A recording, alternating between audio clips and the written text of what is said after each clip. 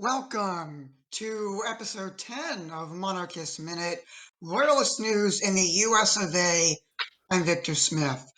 On Monday morning, we lost the first Black Secretary of State in American history. Colin Powell passed away due to complications caused by COVID-19. He was 84 years old. Our thoughts and prayers are with his family at this time. Coming up later in the show, gerrymandering and the awful effects it has had on our political landscape, as well as what we would most likely do to fix it. Also, this will be our Halloween special, so we will be sharing some tomfoolery regarding All Hallows Eve. And on account of All Hallows Eve, the day that follows it, All Saints' Day, ordinarily would be a holiday of obligation for Catholics. However, because it falls on a Monday, the United States Conference of Catholic Bishops decided to abrogate the obligation to attend Mass on this day for this specific year because All Saints' Day falls on a Monday. First, we will discuss, if I can pull it up. First, we will discuss gun violence. This week, it is very probable that Baltimore City, an independent city that is only a few square miles, reached the milestone of 250 deaths by gun violence. And it is a very, very sad statistic. Joining me today will be Charles York and William Stout, our two regulars, and filling in for our Chancellor John Armas is Polish Man. And I will allow our guest to go first. Polish Man, what do you think about that statistic and the certain other statistics that I'm sure are similar around the country and inner cities, and what you would do to help combat it, and how a monarchy could help with it? I mean, I think it's pretty sad that that many deaths happen. Obviously, I don't think anyone should die due to gun violence. But it's also said that most crime related to guns and stuff happens in highly Democratic Party cities and towns in general. Uh, Obviously, I think that the best way to solve it is to and not like take away people's guns, but try to combat like how they, because most of the gun violence comes from illegally purchased guns, not legally purchased. So I think that we should try to help people get stuff so they can defend themselves. You know what I mean?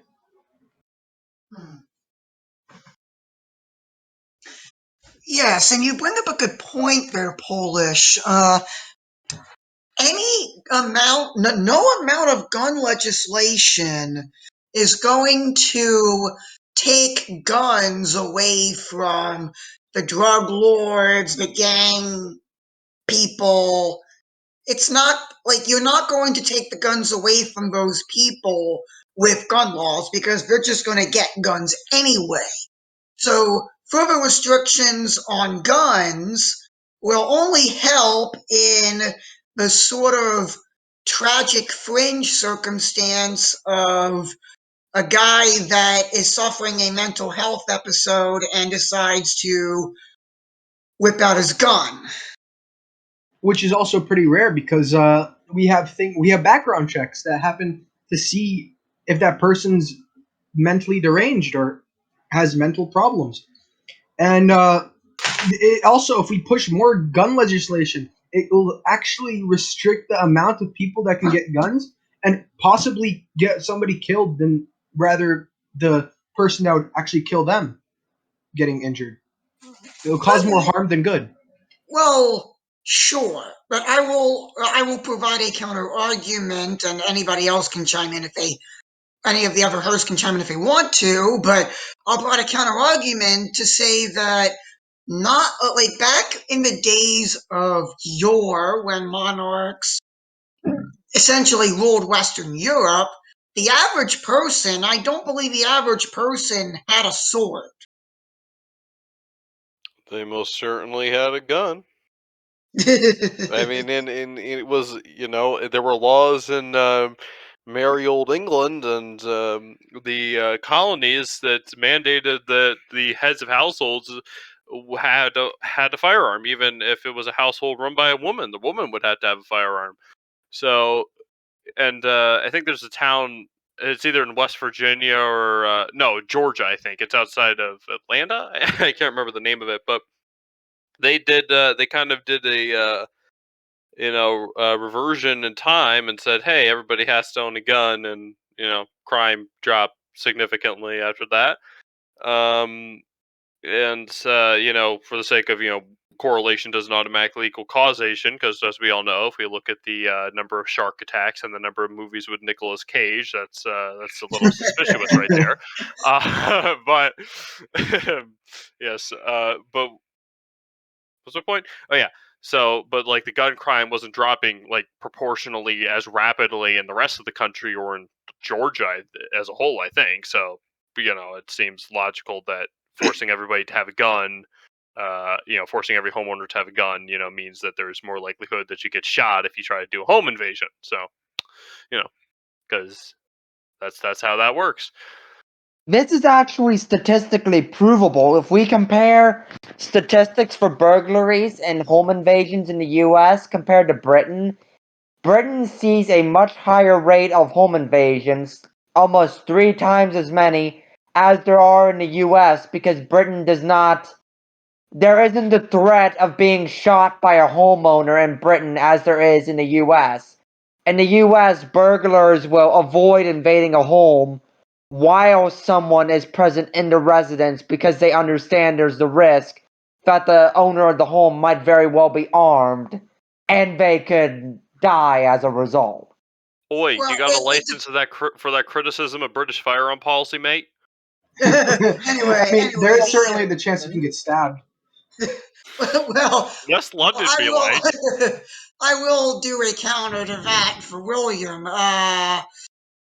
The burglars might be more inclined to invade a home where there is no stand your ground law and the homeowner must retreat to the basement before firing, etc. Which is Oh, why stand your ground laws are based. in Ohio, once they're in the door, it's fair game. As soon as somebody steps over my threshold, it's open season for me. Unfortunately, in Maryland, I have to retreat to my basement. That's I'm because pretty sure. Gee, I wonder why crime is so high there. I'm pretty sure in New York that we have the there's a castle doctrine. yes, Ohio So has castle doctrine too. That's what I was talking about. Like, yeah, that's for when they extend into your. If they go anywhere on your property without permission, and they necessarily they are threatening to hurt you with bodily harm or anything, you necessarily have the right to uh, break their jaw or something, or even kill them. But stand your ground laws, like for example, I'm pretty sure in Texas, you can, even when you're not on your property and somebody's threatening to hurt you or somebody else with bodily harm, you can necessarily do like injure them. Oh, Ohio, they have to physically be in your house, and if you like shoot them and then they run outside and bleed outside, you can actually get in a lot of trouble if you can't prove that you shot them while they're in the house. So the moral of the story is totally not legal advice. Please do not sue us. Is shoot them twice. Aim for the head and don't miss. Well, mean, actually, more serious advice. You probably just actually want to aim for the chest, because that's the easiest target to hit, unless you're like the wonder shot. Although, in the small space of a home, unless you're like the worst and your pistol sights are the worst, My you eyes on my rifle are pretty bad, so yeah. but no, but I'm pretty sure if you're ever like, there's going to be somebody like you're going to cause bodily harm to somebody to protect somebody or yourself. you should always call the police and inform them that you're going to do it or you have done it. This is Not true. wait. You should still call the cops. Yeah, I You mean, call the it's not police no like matter what. call Unless an ambulance, but not for me. right above you, you have time to call the cops and let them know. Yeah. Exactly. And you stay on the phone, and then if the person is actively like trying to break in or like threatening to hurt you and actually like comes towards you, you tell the person on the phone, I'm getting my gun, for example, and I'm gonna shoot him because he's threatening my life. And they'll probably, the most likely, they would actually tell you to do it because it's either you get killed and the guy might go scot free, which is not fun. YouTube is still gonna strike this video. I just know it. Like if we become like popular enough where YouTube starts to take notice of us, they're just gonna be like, nah, mate, we can't be having people give out common sense advice. Anyway, moving on to the next. I think we've sort of scratched the surface of the gun violence topic, but another thing that creeps up on inner cities because of this gun violence is sort of a normalization of seeing like blood and gore everywhere. I know a Baltimore City teacher who said that students were laughing about the concept of somebody getting, I think it was shot. And these were little kids I'm talking about here, not high schoolers. Yeah, it's the and it's just like the general moral. I don't know. Children shouldn't, like, certainly children shouldn't have to grow up in that. And people are like, "Oh, big cities automatically mean big crime." Um, excuse me, I'm still getting over a little bit of the allergies. Um, but it didn't used to be that way. Like, obviously, cities are going to have more crime per capita than a small town or out in the boonies, because that's just how that works. But cities didn't used to be just dangerous all the time. It used to be that a murder was actually a tragedy that would be like front page news. Oh And no, somebody and died. Oh no. it still is a tragedy. Well, no, I And mean it's still a tragedy, but it's not like one person dying over a weekend is front page news. If it's front page news, it's like only one person got shot this weekend. woo, anyway, and just to go back to your point on cities, Compton, like that neighborhood in Los Angeles. I In prefer the, not to know Los Angeles except on Dragon. in the 1950s, Compton was a very like well polished and clean sort of white neighborhood. And then after desegregation came around, the African Americans started to move in there, and white flight basically turned Compton from a pretty much an all white neighborhood to, I suppose, what it is today. And that is not an endorsement of Jim Crow laws or segregationism in any way, shape, or form. Hmm. I am just merely stating a fact there. I'm not attempting to endorse racism. Racism is absolutely awful and is condemned by every single person on this panel. Yeah, well, Honestly, I have to agree with this 100%. A lot of what we see, especially in inner city communities and black majority communities within these cities, is a result of the poor handling of desegregation. And then the fact that we as a society didn't do a lot. Once we basically signed the Civil Rights Act and made everything official, we didn't actually do a lot of things to follow through and make sure that the transition into a fully desegregated society was done in a smooth and fair manner. And well, what happened is, while legally these communities were equalized with white Americans, economically they still continue to struggle. And this led to a lot of what the issues we saw, especially entering the 80s and the early 90s. of what we would see the rise of modern American gang culture among youth in these communities who believed they had no hope and no future. I Well, mean, it, it's I probably also because of the people that ran this the states. They don't.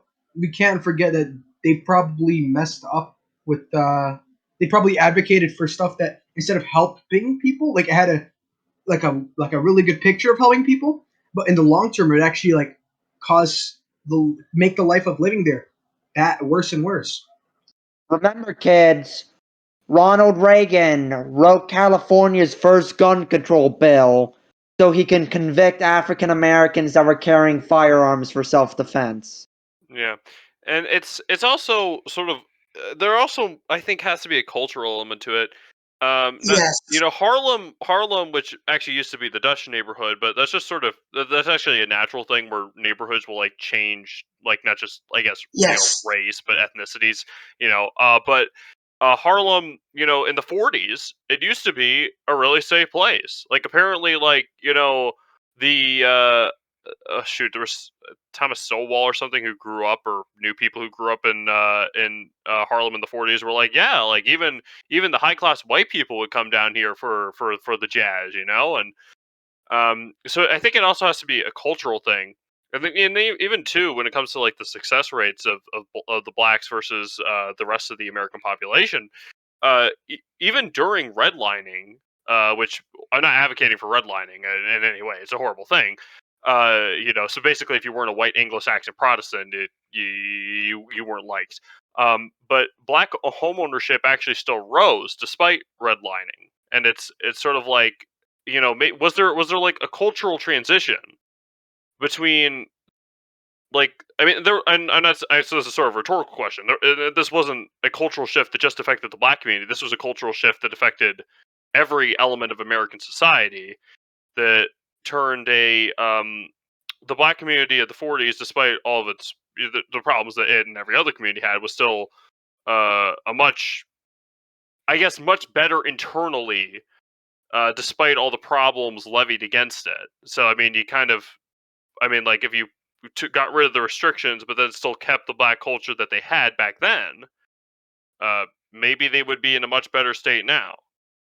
You know? well, I'm not really sure on that point, and I think that it's possible that they could be in a better state, but but mute like culturally speaking today, culturally speaking today, I think that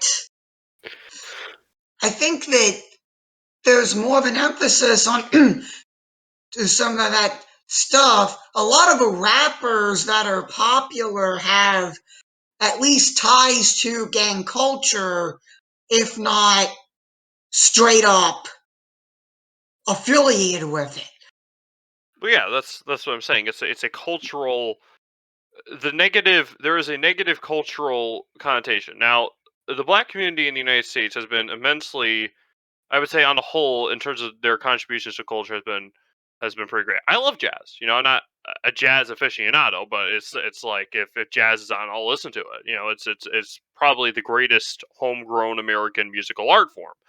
Um, and listening to some of the jazz, with words in it, I think probably the most famous is "Strange Fruit," which was a song about the lynching that was going on in the South, which was apparently sort of like this open, dirty little secret that wasn't really known outside of it because it's don't tell. Um, We can't forget about Motown. yeah. Oh yeah, Motown. Yeah, I was listening to that today on the radio. But like it was a lot like the words of songs matter, right? Because culture is the deep underlying values of a society that informs surface level manifestations like music, right? So if the words to your song, and getting away from rap because frankly I don't actually know that much rap. It's my exposure to rap is essentially just what my classmates are listening to on their earbuds that is so loud that I can hear it halfway across the room. and it's the same exact beat every single time. Anyways, so but if your songs are saying, what's that one song where it's like, baby, just give me one more night, where it's essentially like, I'm going to break up with you, but let's do nasty and inappropriate thing that, well, let's do thing that should be reserved for married couples, but we're just going to do it despite the fact we have no intention of staying together. If that's like the kind of words that is common in your society's music, the culture is bad. Right? So if A you're lot if of, you I think a lot of the music in rap music, I think a lot of the lyrics are more about, a lot of it is about making money and the Making fans. sleeping with very unattractive people that live on the streets that cost money. I'm not going to say it because I'm a very good boy. Uh, yeah. I've been to Harlem, and there's so many project buildings. It's honestly sad. I feel bad because the people there think that just because of their their color, like their skin color, that they're automatically like that's the reason why. It's not.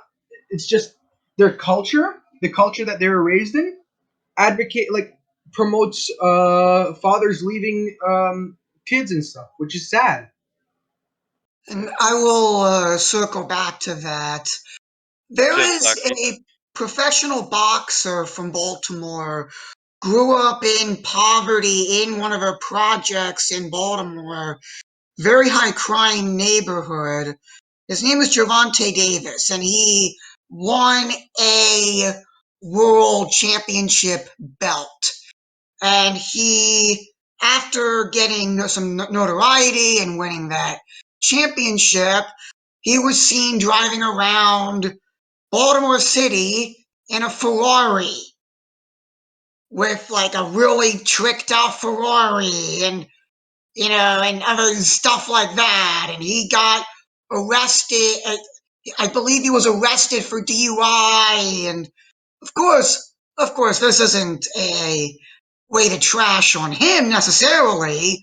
A lot of other people do it.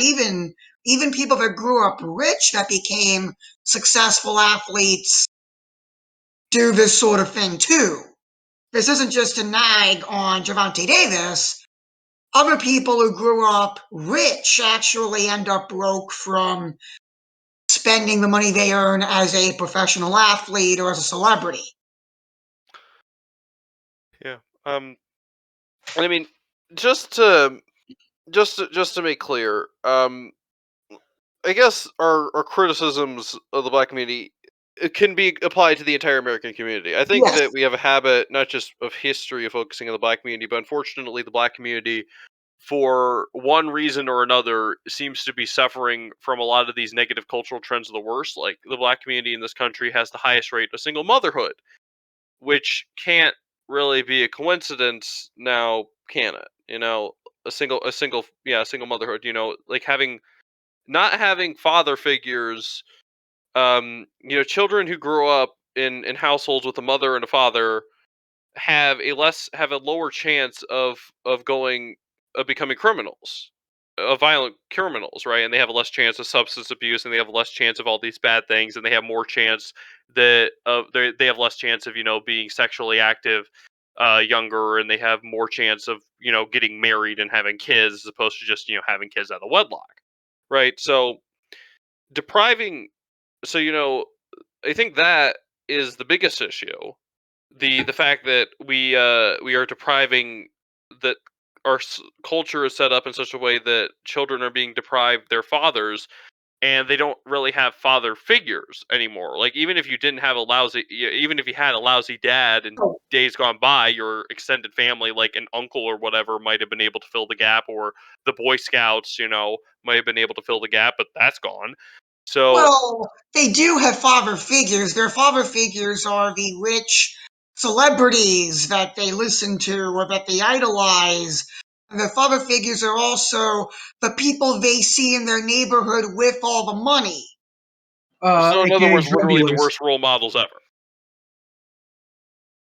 Right. William, did you want to add something to this, or do you think we can move on to the next topic? Add that another reason that continues to also exacerbate this issue is how we continuously neglect urban communities and urban development because it does not fit our suburban commuter lifestyle. And this is going to be a big plug about how suburbia is unsustainable and how the suburban model that the US lives on is stupid, wasteful, and counterintuitive to a healthy society.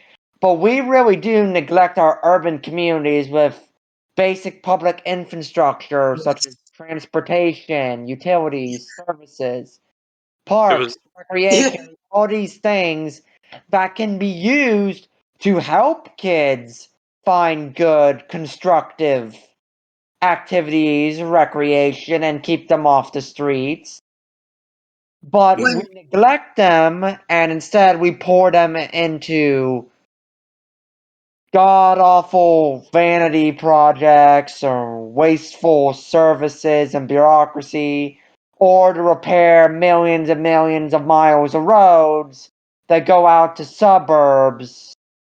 don't forget about the boarded up houses. yeah. Who would have guessed that plowing massive highways through urban communities would have had detrimental effects?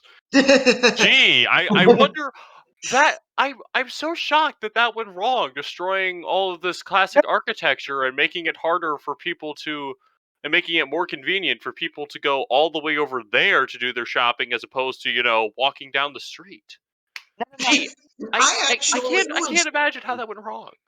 I mean, You know what really opened my eyes about that? When I was going to college, I commuted to school and I had to take a disability service to go. I just saw on one side of Baltimore was boarded up house after boarded up row house after boarded up row house. I was told that a lot of those places were actually getting condemned because nobody was buying them and nobody wanted to live in them because they're boarded up and they've just been vacant for so long. Nobody wants them. And honestly, who can blame them? Hmm. And then, I mean, the tragedy with that is if these houses were well maintained, like if they were just like given the bare minimum of maintenance throughout all these decades, they would still be fine, serviceable houses, right? You would have to bring them up to code and whatnot. But these are houses that were like my grandma's house, right? Her house is probably the only nice one on the block. Although the rest of the neighborhood is actually slowly starting to come back. People are actually starting to paint their houses again, to plant little gardens, so that's nice. But you know, if you maintain those houses, they're great. Like her house, I think was built in the 1920s or maybe even before, and this was back before you know one development company would just buy an entire plot of land and build 100, like dozens of the same identical house, which I just hate that. Like, purely as a matter of aesthetics, I just hate that. Although I suppose it is more efficient, but whatever. Anyways, that's beside the point. But the houses, you know, that are next door, right? They were, all built not to the same like design, but I guess in the same mindset. Like they would have been serviceable, but they're either not there because they've gotten torn down, or they're waiting to be torn down. And on that side of town, the only because of the budget, the only way to get a dilapidated house torn down is for somebody to set it on fire, because at that point it becomes a big enough of an eyesore for the local government to finally come in and bulldoze it. So the boys. So speaking of the Boy Scouts, I suspect the Boy Scouts are doing their public service by going into abandoned homes and starting fires. Probably from all the count us, that would actually be drugs they something do. a bunch of teenage Boy Scouts would probably do. I'm kidding, of course. Scouts, Anyway, I Arson was gonna badger. insert like a rape joke, but I decided not to. no. Let's not Okay. do that. All right. So moving on from that, we can dovetail nicely. Because of the interstate highway system going in, shuttling people around to these different places, and of course, this was an issue before then, the drawing of our maps.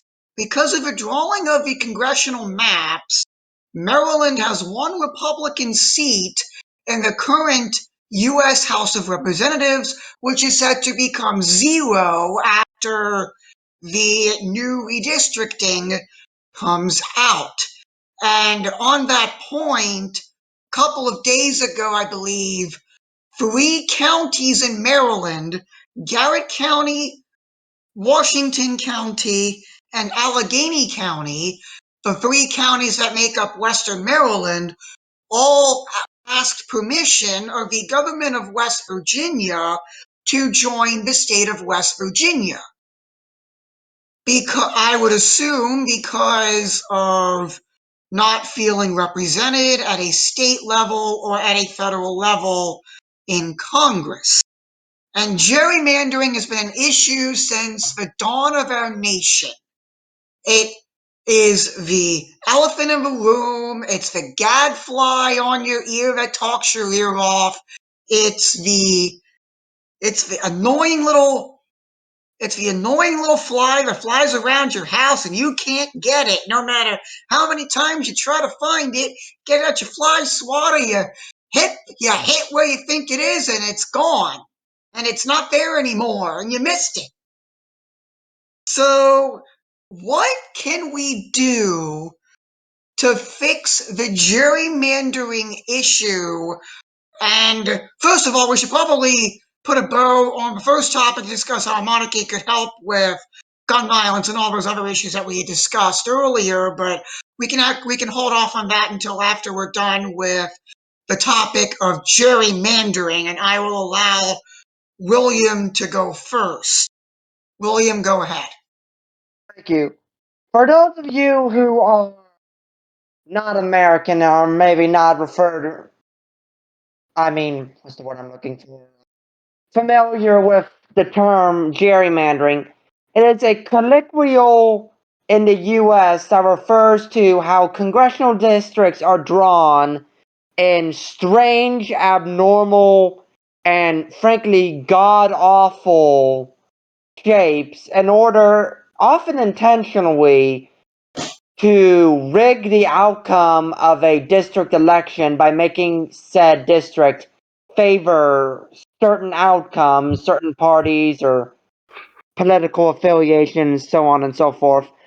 Oftentimes, this is depicted with wild shapes of such districts that stretch sometimes across the state from one side of the state to the other in ways that don't make regional, demographic, or even geographic sense, but they're entirely specifically designed to create political advantages for the parties that drew up the districts. And the term gerrymandering was originally coined by a Massachusetts newspaper in either the late 1700s or the early 1800s, when one of these districts was redrawn and it resembled the shape of a salamander. But Bruh. basically, it's absurd what they can do. It's absurd what they get away with.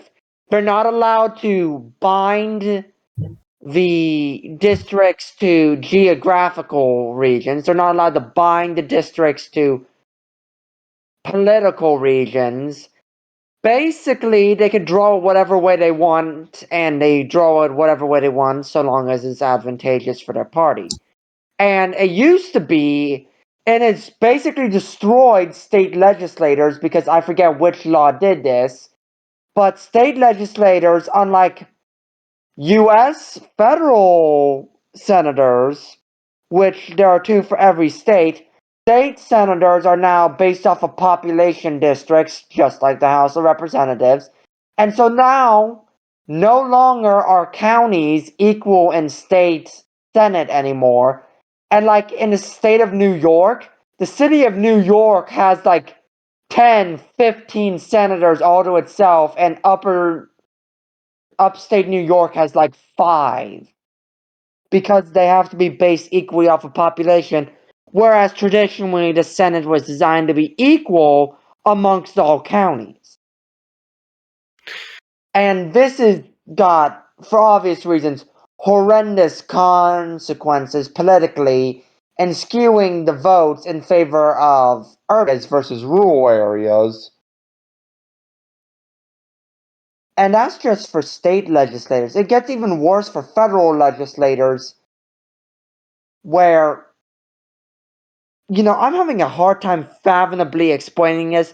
There's no easy way to put into words the absurdity of this. I'm just going to tell you all, go online, look up a congressional district map of the US, and look for yourself at this god-awful monstrosity. For those of you who play Paradox strategy games, you know what border gore is. It is IRL border gore, and it is a crime against humanity. North Carolina. Yes, the 12th Congressional District of North Carolina was basically a straight line down a certain highway because why was it? Why was it done that way? I forget. Done that way so they can connect it to a suburb that votes primarily Republican.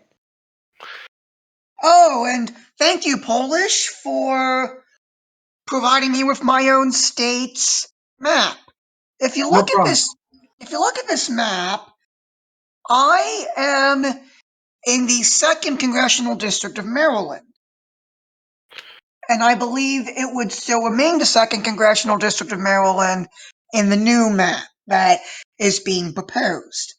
Now, the Don't even make fundamental sense. What is going on here? Look, there is one district, I'm trying to remember which one it is. It's called the Sarbanes District because it was drawn so that John Sarbanes could win election to Congress or keep election to Congress. Some of the connections and these districts must be drawn so that you can go to them contiguously, like within the district.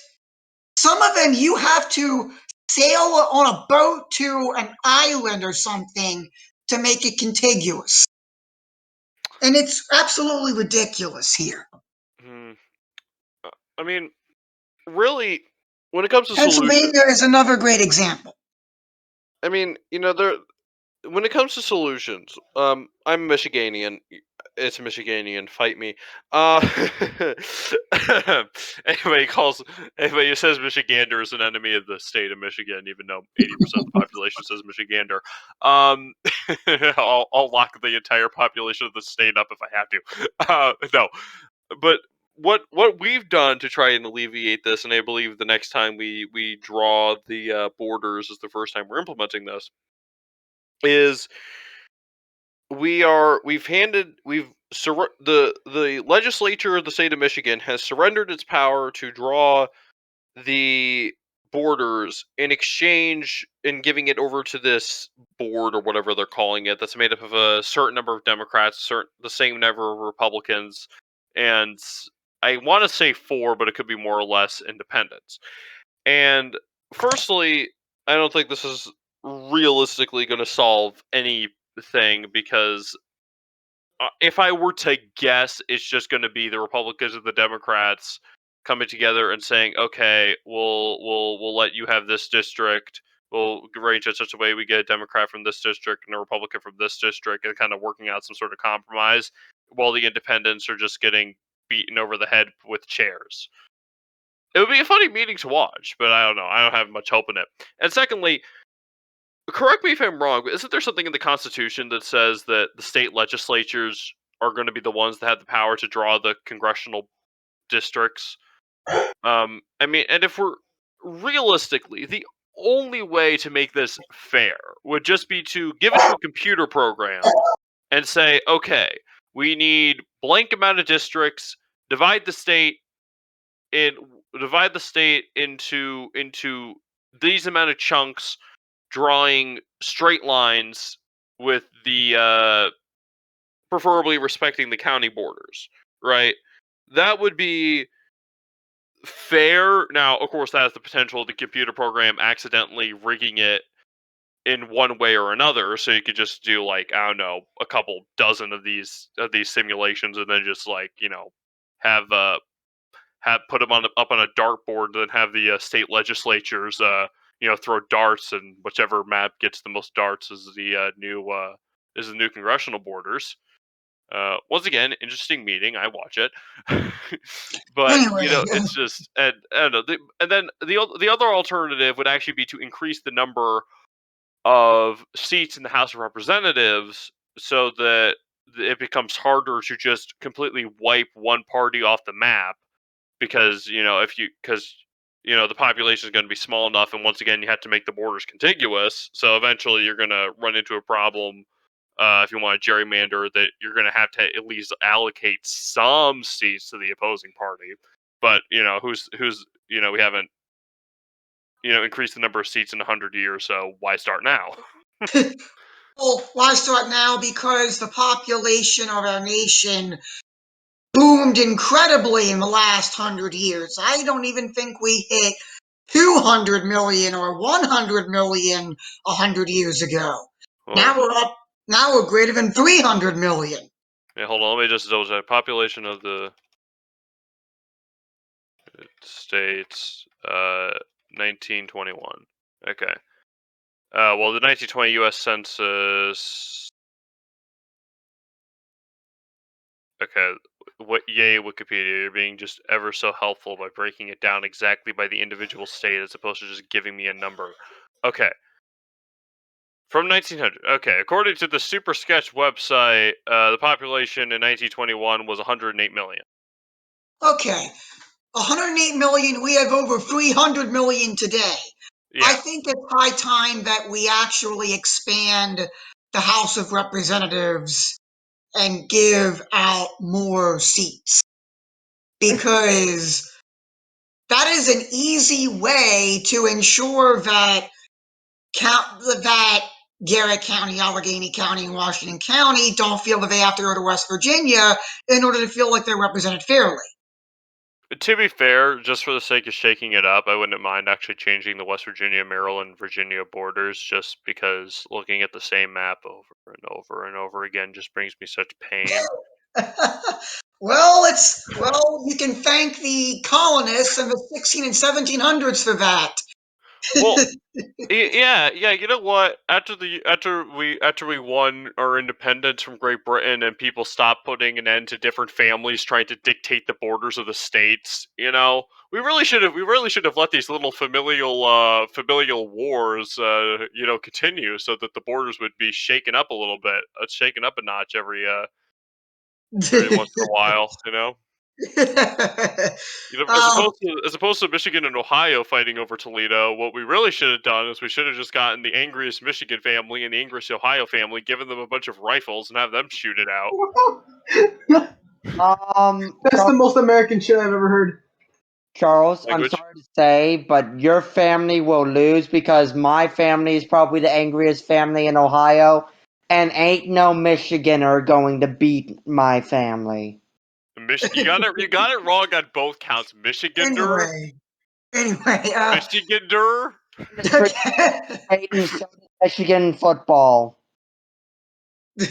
anyway, Polish, you live in New York. What do you think about the gerrymandering issue, and what was said accurate about your state legislature being dominated by New York City?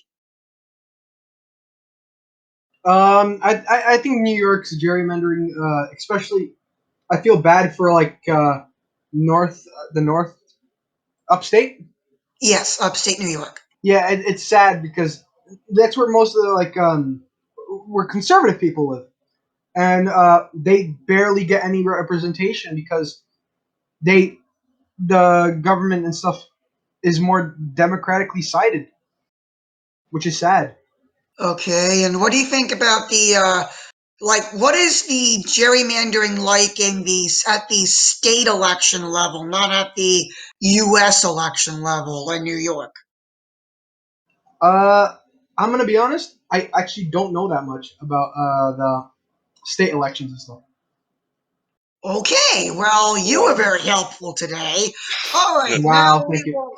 now we will go to Charles for the Halloween stuff. Ooh, okay. This is the part where I'm probably going to most emulate Charles Cologne, where everything is all spooky.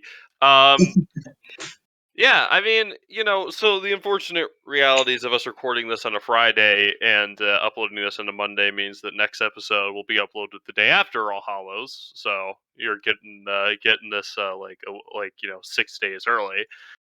But I think that I've never really been much for going out in costumes and trick or treating, but originally, what you were supposed to do was that you would dress up as the martyrs and how they died, right? So as opposed to just going up as Superman, you would dress up as Saint Thomas More. Although I wonder how you would carry your head around. But anyways, uh, so I think that would actually be a cool thing to revive. You get a very heavily Catholic neighborhood, and all the Protestants and atheists would be looking and saying, the heck are they doing over there? Uh, but as opposed to people trying to sneak in knives into Snickers bars, people would be trying to sneak in complete and unabridged copies of the Summa Theologica. But anyway, but ghost stories are probably my favorite probably my favorite thing to tell. So before we get into the more of do you actually believe in this? Does anybody have some ghost stories they want to share before I share my maybe ghost stories? I mean, most of the things that happen here that are kind of scary is me getting scared to get shanked for a couple pennies so people can buy vapes. American society at its finest, ladies and gentlemen. Oh, my family has some decent ghost stories. The house my mom grew up in was haunted. My dad's house growing up was haunted. And depending on whether or not you believe the old family folk stories, certain members of my family may have experimented with the occult when they were younger and has some consequences. And the list of reasons to call in Catholic priests continues. Um, yeah. Well. Speaking of haunted, this happened like a couple weeks ago, or last week, or whatever. I was in the basement of my grandma's house because we go over there every Saturday. And the basement was where my mom and her siblings lived, and it's also like the study, I guess. And so as I'm leaving, going upstairs, I turn off the light, and nobody else was in the basement after as far as I'm aware, was in the basement after I left. So eventually, we get up, we get in the car, and we drive back home, and and the lights on in the basement. You can clearly see that, right? Because it's like the windows are very high and whatnot. And I was over there on Tuesday watching Patton, very very nice movie. Uh, and then the basement lights were on again. Now, it's possible somebody went down there and turned on the lights, right? I don't really think that I have any definitive, oh, I totally saw a ghost and I would attest to it in court sort of thing. The only other ghostly experience that I remember is when I was like 4 or 5, and I thought I saw the typical sheet ghost or whatever, and I remember it vividly enough. It must have been before I was 5 because I was still in a crib sort of thing. Because I remember like breaking it down and running downstairs. But I have to doubt that for two reasons. One, I never saw the ghost again. You think that after living in that room for a couple years after that, I would have seen it. And then secondly, this was after I just started to watch the old Scooby Doo, so seeing the sheet ghost would make sense. So I guess those are my personal, maybe not ghost stories. Does anybody else have any? Well, my family has always been big on like paranormal stuff, and that's part of the reason why things happen primarily when certain members of my family were young, dumb, and didn't know any better. Nothing too horrible, just messing around with certain spell books. I say spell books, I don't know what they got into because I know better, but apparently, somehow, rumor has it that low-key, certain members of my family got cursed. I don't know. My dad was telling me the story while he was kind of 3 sheets to the wind, so it might not be true for all I know. I Yeah, mean, don't. sorry. Yeah, just. Oh, go One ahead. of the one horror story that my parents used to tell me was about communism. So it's very scary. Yeah, well, just quick PSA. Not even even as a joke. Don't mess with the occult or Ouija boards or any of that, right? Even if nothing comes of it, firstly, it's sinful, and then secondly, like you're okay. Like even if you don't necessarily believe in ghosts, right? If you're like based on if you like believe in all the tenets of the Catholic Church, you're surrounded by spirits. Like there's angels around. Like I think there's an angel on top of every church or something. According to was it St. Padre Pio? As he was on a train and he passed by churches, he saw an angel on everyone, and then you had to remember your guardian angel. So like there's spirits everywhere, right? And some of those spirits are probably not friendly, right? If they're demons and whatnot. Well, if they're demons, they're definitely not friendly. So don't don't mess with that, right? And some people will probably say like, "Oh, he's superstitious or whatever." Just don't. Like, just I'm going to take it a step further. I'm a very scientifically minded person, but even I say, don't screw around. yeah, just This stuff is for real. yeah. It's just like, and like this is the thing, like too, like where people will say if ghosts exist. Now, with these typical, haunting thing, all the Catholic Church requires you to believe are the four creeds, of which most people only know the two, the Apostles and the Nicene Creed, um, and then the Athanasian Creed and the Trenton Creed, or however you say that. Anyways, and then the three infallible definition says that, right? That's what you have to believe in order to be a Catholic in good standing with the Church. If you believe that 2 + 2 = 5, you can still be in good standing with the Church. You're an idiot, but the believing 2 + 2 = 5 has no bearing on your salvation.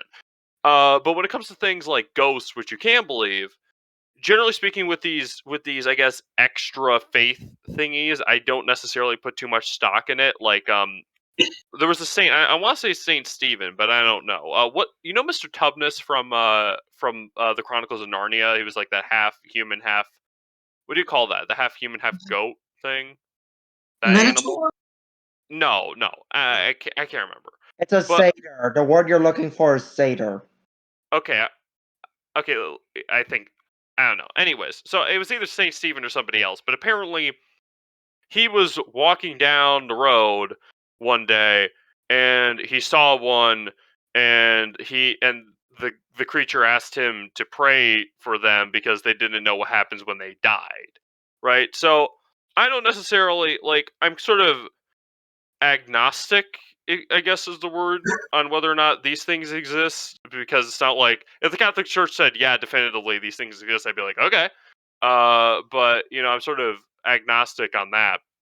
But when it comes to things like ghosts, where there is, where like firstly just even these things which might be able to be simply explained away, but like firstly, it makes sense from I guess from a Catholic standpoint, because we have purgatory where you are purged of your sins before you can enter heaven, right? So I guess it sort of makes sense that some people might have to spend their purgatory on earth. I think Saint Padre Pio even said there was a guy who was like somebody was talking to Saint Padre Pio, and he saw this guy in a monastery cell or a prison cell or something, and I think it was a monastery cell, and he's like, hey, what's your name? And the guy who's just sitting up in a chair like looks at him and then vanishes. And St. Padre Pio says, yeah, he's serving his purgatory on earth.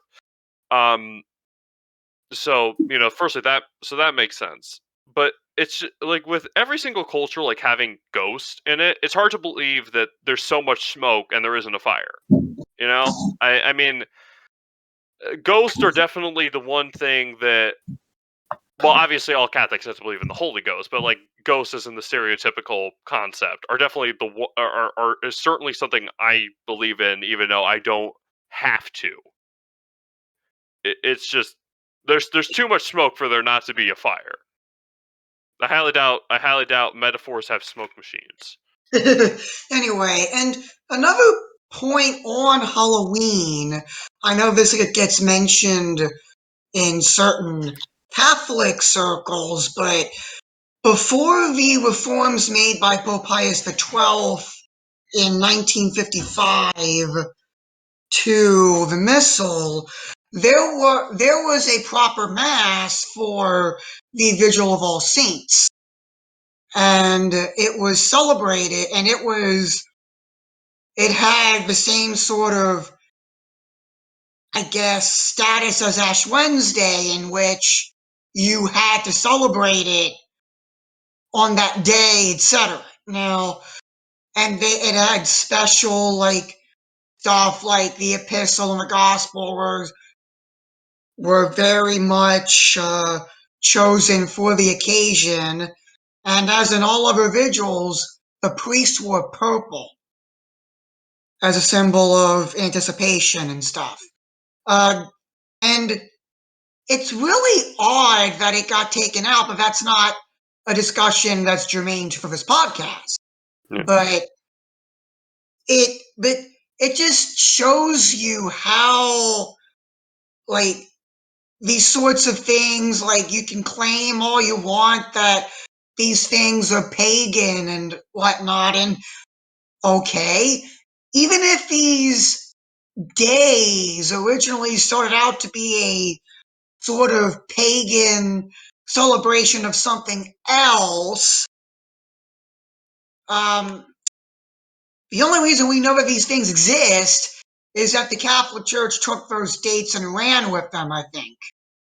I don't know if anybody can fact check me on that. Please do Well, so. I know that we certainly took the date of Christmas, but Yeah. So we but can get pagans to join our religion. yeah, well, I mean, we didn't. I mean, it's not like. I mean, if we knew Christ's actual birthday, we Yeah, totally would have obviously. used that. But you know, it's. I mean, I don't know. There's nothing inherently wrong with taking the best of something and baptizing it. Although I don't think dates necessarily count in this. You know, there's a lot of things in other religions that sort of serve as like was it proto evangelicum preparation for the gospel that you can take. Um, I can't remember his name, but there was a Jesuit in China who, rather than like criticizing Confucius, well, I think he would criticize Confucius obviously when he went wrong, but he would actually use Confucius and his Confucianism as sort of like a jumping off point to try to explain Christendom to the Chinese, right? So there's nothing inherently wrong with, I guess, co-opting certain things from other religions if those things are good in and of themselves. I'm not saying we need to take the pagan blood sacrifice thing, because obviously that ain't chief. Do people still say that? Anyways, yeah. So I don't think that people are like, oh, it has pagan origins or whatever. Yes, and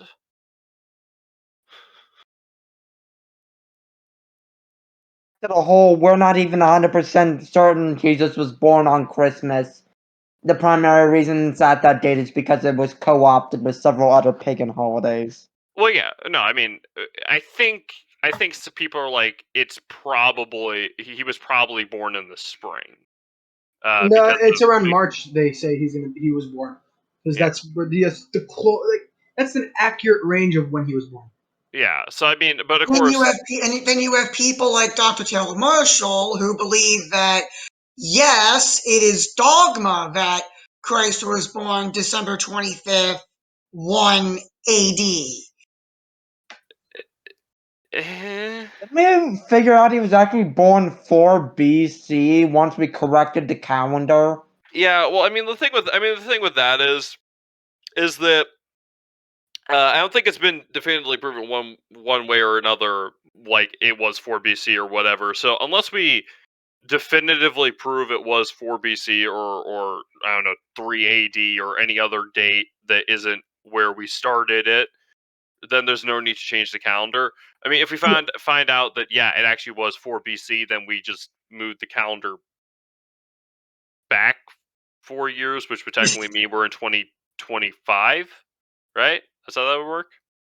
Anyway, if any Catholic priests end up listening to this on YouTube, first of all, thank you for listening, fathers. And if you know anything more about the whole Christmas thing, please post it in the comments section. And Thank you if we very said much.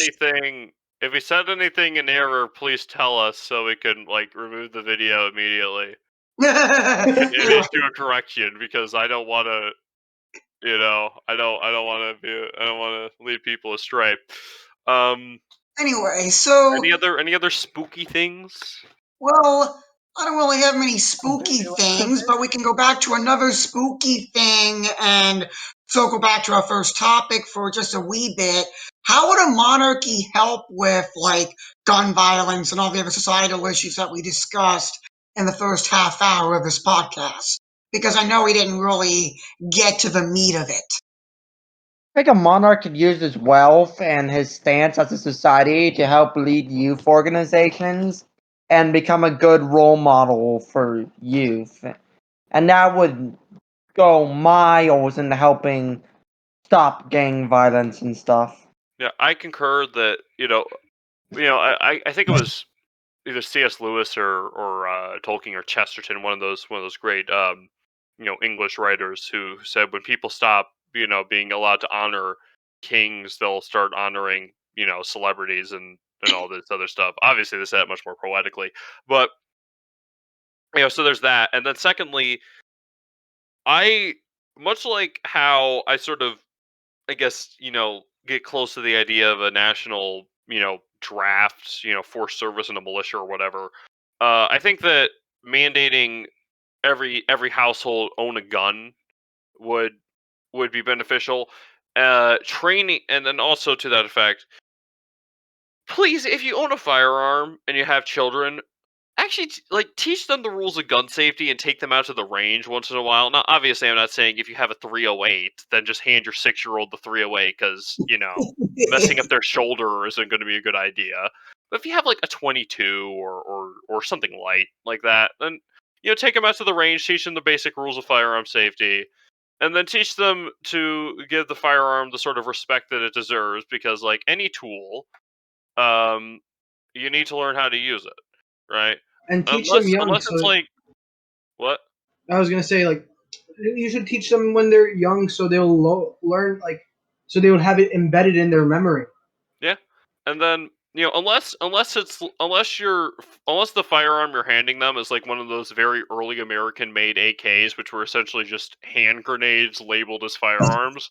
If you're following the basic rules of firearm safety, you and everybody around you is gonna walk home from the range at the end of the day, right? Unless something goes catastrophically wrong, right, with the firearm itself, and if you follow those rules, you are probably going to be fine. And I don't know if we got into how a monarchy would help with gerrymandering. I don't believe we ever got to that point, but we did discuss some solutions to it. So I think we Monarch would can, go bonk. yeah, and I think we can call that matter closed. So Anything else? there is one other thing that I wanted to mention briefly, and this is just going to be very brief because reasons. Okay. Elizabeth, the recognized Queen of Britain, was hospitalized Wednesday night. I didn't Now, hear anything about this. When did this happen? Oh, why? Oh When yeah, did yeah, this I happen? remember this. and one of our members in upper council, who is a nurse, informed me that at her age, something like a routine checkup or something like that could cause an overnight visit at her age. So like it could just be nothing. It could just be like a routine thing that happened, which is why I didn't want to make it as big of a deal. Anyway, on that note, I believe it is time to go. We will Well, conclude. I guess I'll just say this. Firstly, we should, obviously keep everybody in your prayers. Um, but keep Queen Elizabeth II, whether or not you're a Jacobite like me or not. She's still a human being, and she still has, she's still in need of prayers as everybody else. And with all with Halloween and All Saints and All Souls Day, take a moment and pray for the souls of the dearly departed Of the of your faithful family. departed.